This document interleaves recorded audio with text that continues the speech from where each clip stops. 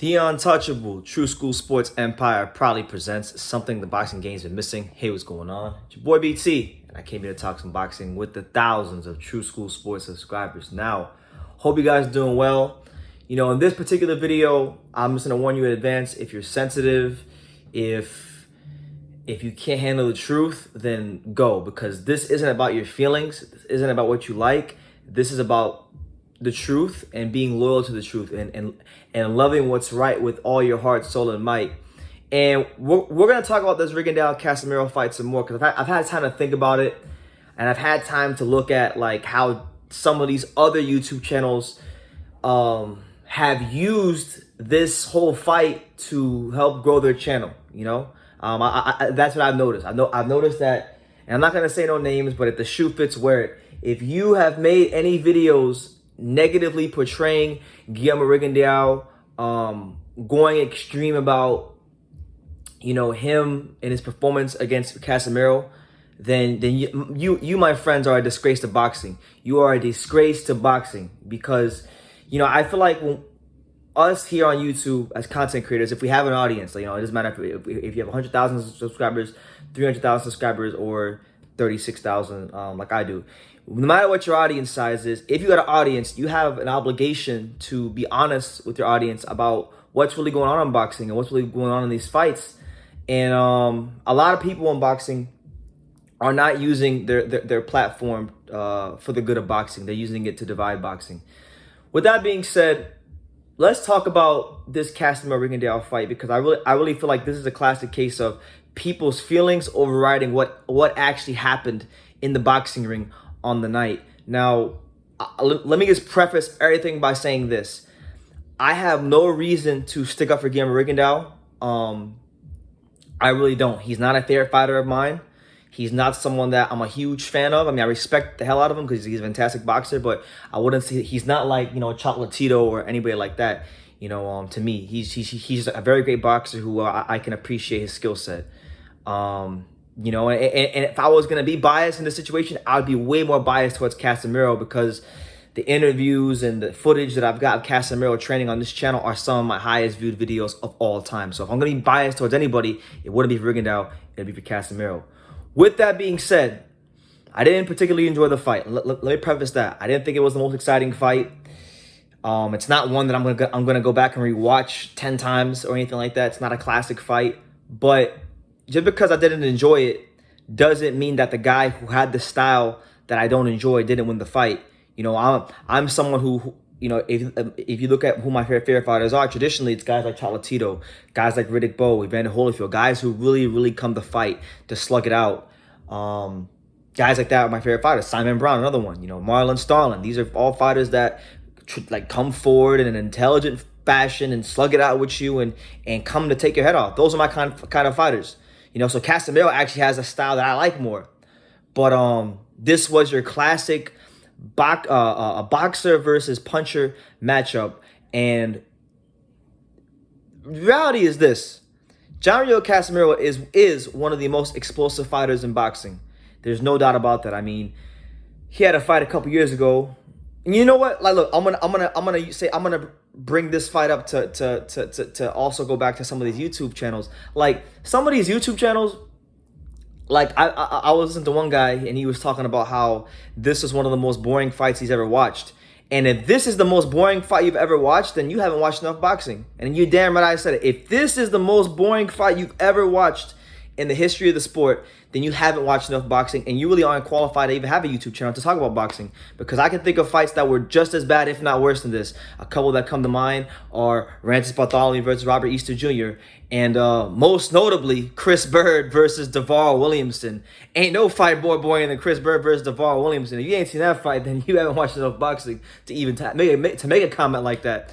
But you know, a couple years ago, Casimero fought a fighter, and I can almost guarantee you that a lot of these channels who are using this opportunity to put down one of the most talented boxers to ever put on a pair of boxing gloves because they didn't like his performance,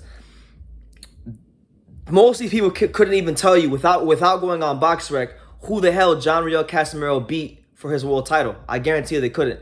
I can. It was a guy by the name of Zolani Tete, the very dangerous Zolani Tete. The same Zolani Tete that knocked his opponent out in like 8 or 9 rounds. I forgot who it was right now, but whoever he defeated for the title, who I can't remember right now.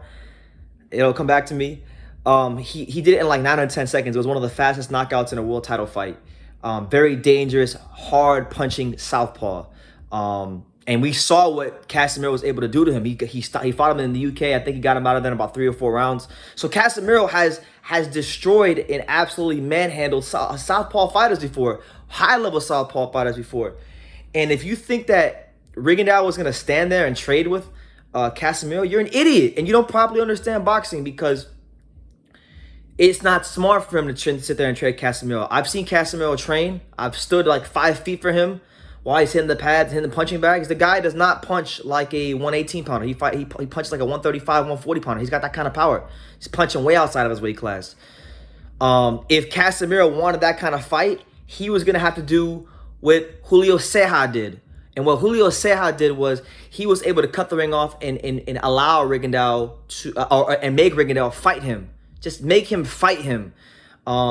Something that a lot of guys have not been able to do successfully, which is why I have so much respect for Julio Ceja, because to get Rigondeaux to go there and slug it out with you is not easy.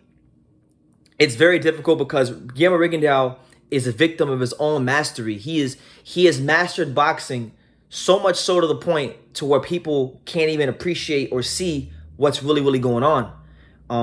And sometimes he's too good for his own good. Now, should Rigondeaux have thrown more punches? Should he have done more in the fight? I think it would be very easy to say that he should have did more. Particularly when you know that Cuban fighters don't have a style that judges like. We've seen that in the past. Lara boxed a fight which was very safety first against Canelo, and he didn't get the decision. So same thing with Rigondeaux. I think he should have did more. I would have liked to see him do more. I was disappointed that he didn't throw his left hand a lot more, because he's got a dynamite left hand. And sometimes when Rigondeaux fights and he really plants those feet and he throws those hard straight left hands, sometimes I don't know if I'm watching Guillermo Rigondeaux or the mini version of Adonis Stevenson, because that's the kind of thump he's punching with in his weight class. You know what I'm saying? So like I really would have loved to see the left hand more from Rigondeaux. But at the same time, while people were shitting on Rigondeaux and they were not liking his performance and they were saying he was boring, they missed a hell of a fight. They missed a hell of a defensive exhibition of boxing, because that's what it was, a defensive exhibition of boxing. The way he was pivoting out those corners, the way he was slipping punches and then walking Casimero back to the center of the ring. It was ring generalship 101. It was ring generalship 101. And, while he could have did more to beat Casimero, or to make it more clear that he beat Casimero, Casimero, as much as I like him, I'll tell the truth about him. Casimero didn't show the quality or the skills to make Rigondeaux fight the fight that he wanted to fight. And if you go back to the press conference, if you go back to Casimero and what he was saying, he said, "Don't run around the ring and put everybody to sleep." And that's code. That's code for when a boxer says that. It's normally an aggressive fighter. When a boxer says that, that's code for, hey, I don't have the skills to make you fight the way I want you to fight, so please dumb down your style so I have a chance to win. That's what that means. That's what that means. That's what he's really saying. You got to be able to read between the lines of what these fighters say sometimes, because they don't really mean what they're not really saying what they're trying to say. That's why when a fighter like Rolly comes around, like Rolando Romero, and says things how they are, you got to appreciate that kind of honesty and candid ways about someone like him. But boxing is not about what I like, and it's not about what you like. It's about what's effective. And you got to remove your feelings when you score these fights, and you have to always score by the 3 criterias of boxing. You have to score by ring generalship, which is, in fact, who is controlling where the fight is fought at, who is controlling the real estate of the ring. I think we would be foolish to say that Guillermo Rigondeaux didn't win the battle of ring generalship, because if everybody's saying the fight is boring, it's because Rigondeaux is using his feet, he's slipping punches, he's rolling under punches, and he's in control. The fight, if it was exciting, it would have been at a faster pace, and it would have been with both fighters slugging it out, and it would have been with Casimero closing the gap. And that didn't happen. So Rigondeaux definitely won the battle of ring generalship. When you talk about defense. I think it's clear to see that Rigondeaux's defense in comparison to Casamero's defense was better. It was better. And if you're the type of person that wants to use punch stats, even the punch stats reflect that. Rigondeaux landed a measly 44 punches to Casamero's 47 punches, but he was 4% more efficient. He was 20% to Casamero's 16%. So you're only more efficient offensively if you were better defensively. So he wins that battle. So he's already won 2 of the 3 scoring criteria. And then when it comes to effective aggression, you got to also give that to him because of the fact that John Rio Casimero, he's a guy that's fought high-level southpaws, dangerous southpaws like Zolani Tete, destroyed them in like 5 rounds or less. Got him out of there. Won his world title in brutal fashion. And when he's on and he's able to fight his fight, John Rio Casimero is a treat to watch. And he's one of the most explosive fighters this sport has to offer. But in this fight, we didn't see the explosion from Casimero. We didn't see the devastating punches. We didn't see him hurt or buzz Rigondeaux. The only time you could really say he did anything with Casimero or with Rigondeaux was in the first round when he punched him in the back of the head and Rigondeaux was on the canvas. But other than that, and that wasn't called a knockdown. Other than that, he did absolutely nothing for 12 rounds. So even in that scoring criteria, you give it to Rigondeaux. And I thought it was I didn't score it round by round, but I'm sitting there. I remember as I was scoring it, like I stopped scoring after like the 7th or 8th round because Rigondeaux was so up on my cards that I didn't have to score it. It was that easy of a fight to score, and people have really, and this is why sometimes I really hate promoters, because promoters and networks are the ones that make narratives are up, and they don't educate people on boxing, and I understand that his style isn't the most fan-friendly style, and I understand that this is a business. I do understand those things. But at the end of the day, you still got to understand that this isn't a sport, and it's not your life you're risking in there. So who in the fuck are you to tell Guillermo Rigondeaux how to fight, Would we like to see Rigondeaux be more aggressive? Yes. Would I like to see Shakur Stevenson be more aggressive in his fights? Yes. But do you know the difference between Shakur Stevenson and Rigondeaux is? I'm going to tell you what the difference is. Rigondeaux is a guy that for years and years and years has been mistreated, in some cases blackballed by the networks, and the promoters have not had his best interest at heart and have treated him like shit, despite the fact that not only is he one of the most talented amateur boxers we've ever seen, but he's also one of the most talented professional fighters this sport will ever see in its lifetime. And people have not put enough pressure on guys that have been around this weight class for clearly avoiding him. If we could go back in our time machine and just remember back to the past, a little blast to the past. Guillermo Rigondeaux was the Ring Magazine champion. I believe that was it 122? 122, Ring Magazine champion 122. Hell of a fighter, had beaten, Nonito Donaire and was really looking like he was going to the top of boxing, pound for pound fighter, all that good stuff. People at the time at a time where Rigondeaux wasn't as vilified as he is now, they wanted to see fights with him and Carl Frampton. They wanted to see fights with him and Leo Santa Cruz. They wanted to see fights with him and Scott Quigg. And in the case of a guy like Carl Frampton, because that's who I really want to talk about, Carl Frampton, in the most cowardice fashion, and I say cowardice fashion because he is a coward. He was a coward for how he ducked Rigondeaux. I like Frampton. I've enjoyed a lot of his fights. I respect the Warrior from Belfast, but I didn't respect him in this scenario. He had a chance to fight Rigondeaux because when he beat Scott Quigg, the WBA had already ordered the winner of Quigg and Frampton to fight Guillermo Rigondeaux next, and it didn't happen. And he wound up fighting Leo Santa Cruz. And the IBF wanted Carl Frampton to fight a fighter by the name of Xiango Wake or something like that. Forgot his name. But they had a mandatory challenger of their own that they wanted him to fight, and that was actually the mandatory that was actually being forced on him more. And he actually vacated that belt so he can move up and take the Santa Cruz fight, which turned into a really entertaining fight. But that still doesn't dismiss the fact that he ducked Guillermo Rigondeaux. And all that fight week, I remember it clearly. Carl Frampton, that whole fight week, he was saying things like, "Oh, I want to fight Rigondeaux. I think I can beat him." All this stuff, right? And then when he beat Santa Cruz, and they asked him about him in the press conference, he said, "No, I don't want to fight him. I've got a family and kids at home, and I want to be comfortable after boxing and all this nonsense. And honestly, look, I like Carl Frampton, but in that scenario, just calling a spade, he acted like a straight bitch, a straight coward bitch. And the same thing goes for Leo Santa Cruz. You know, Leo Santa Cruz was a guy that a lot of people were criticizing because at the time Rigondeaux and him were supposed to fight, or people that at the time people were clamoring for that fight, he's over here fighting insurance workers like Jose Cayetano. He fighting Kiko Martinez. He's just fighting cannon fought opposition after cannon fought opposition after cannon fought opposition. And he even admitted in an interview with Marcos Villegas that his team didn't want him to take that fight. So, you know, that's why Carl Frampton and Leo Santa Cruz both got their bitch asses knocked out later on in their careers in devastating fashion. Because God don't like ugly and you reap as you sow.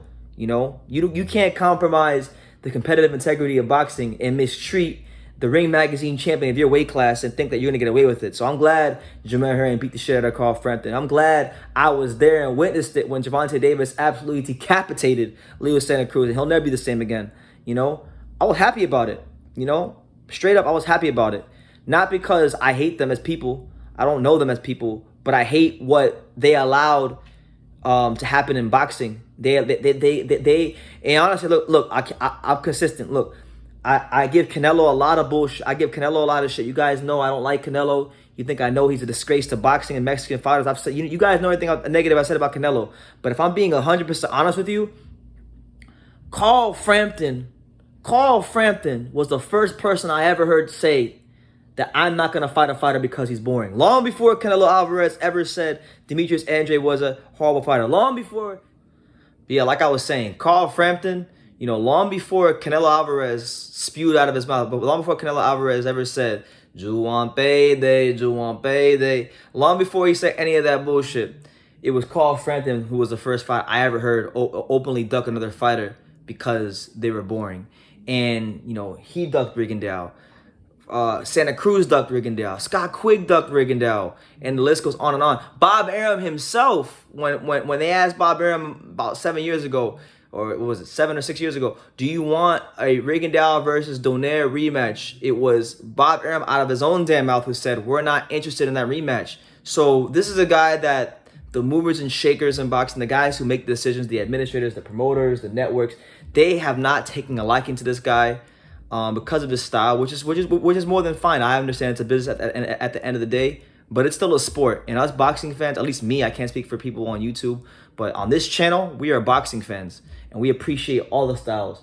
You know, we appreciate all the fighters because we love boxing. And unlike a lot of these channels, yeah, I never competed as an amateur. And yeah, I never competed as a pro. But I've sparred enough rounds. I've been in that ring and been through enough different scenarios to learn to know how to appreciate the different styles of boxing. And a lot of these guys that are, you know, even bigger channels than me, that are taking this time to shit on Rigondeaux, you know, to disrespect a man that's given his life to boxing, to disrespect this man that's been one of the most talented fighters to ever put on a pair of boxing gloves, one of the most decorated amateurs of all time, one of the pound-for-pound best fighters in the world at one point. They've used this time to defame his character, to defame his career, to defame his talent level, all at the expense, all for monetary gain, all to grow their channels. And, you know, they've let themselves down. They've shown lack of integrity, and they have let the sport of boxing down. But here on True School Sports, I'll say how it was. Guillermo Rigondeaux was boring, yeah, but Guillermo Rigondeaux fought his fight.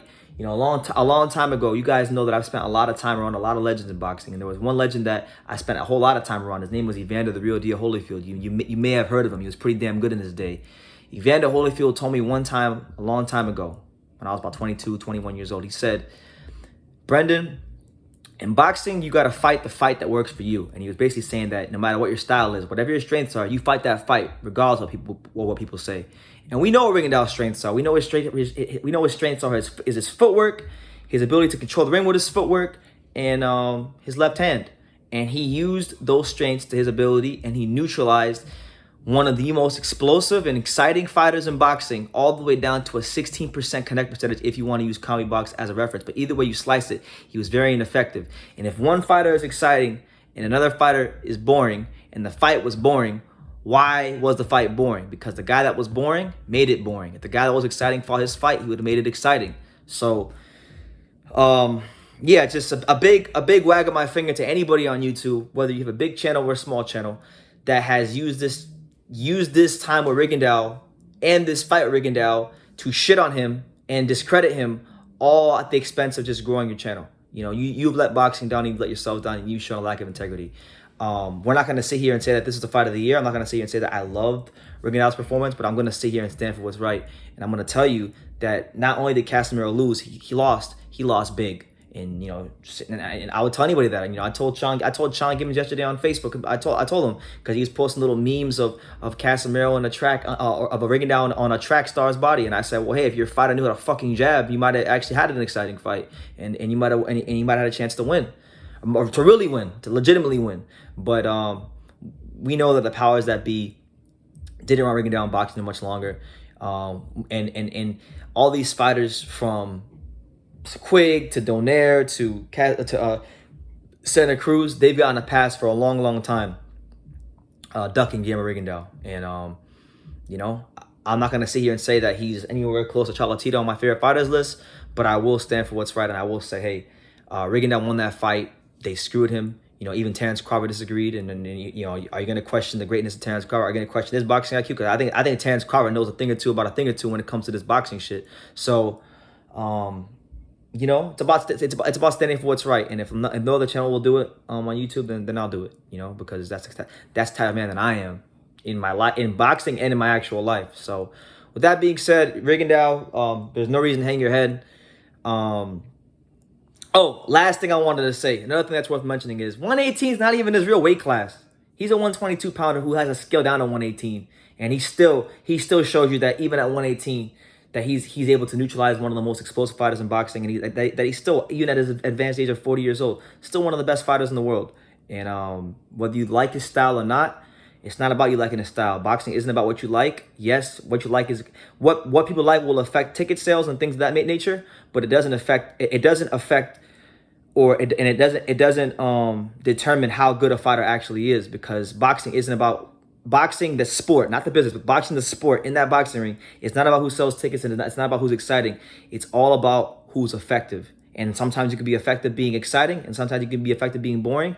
Rigondeaux just happens to fight a style that's effective most of the time when he's boring, and people don't like that. So you make of that what you will, but he won that fight. Casimero, you got exposed. Learn how to jab. Use this fight to make yourself better, because I'll tell you right now, if Casimero don't improve, he's got something really bad coming his way when he fights the Donaires and the Inoue of the world. And I don't wish bad on him, because like, I met him, I like his style, I love watching Casimero fight, I love what he brings to the sport, but he's got to improve in a major way if he has any snowball's chance of hell of beating those guys. And I'm just telling you the truth. And you know, we've already seen in the past guys like Frampton and guys like Santa Cruz, what happened to them when they were ducking Rigondeaux. They ducked Rigondeaux for bigger paydays, and they got fucked up.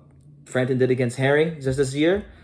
He reaped what he sowed, and Santa Cruz really reaped what he sowed when he fought Gervonta Davis. So I hope the money was worth it, because you damn sure got knocked the fuck out. But I'm gonna leave it at that. You guys let me know what you think. I know I'm gonna get a lot of criticism for this, because I know I have a lot of Filipino viewers, and I love the Filipinos. I love the Filipino people, but I'm just calling a spade. And if you don't like it, well, you can happily unsubscribe, like the 7 to 10,000 plus that have unsubscribed over the years. So I'm gonna leave it at that. You guys take care, and like I say in every single one of these videos, you can love me or you can hate me, but I'm just a kid from Daniel. So until next time, take care, guys.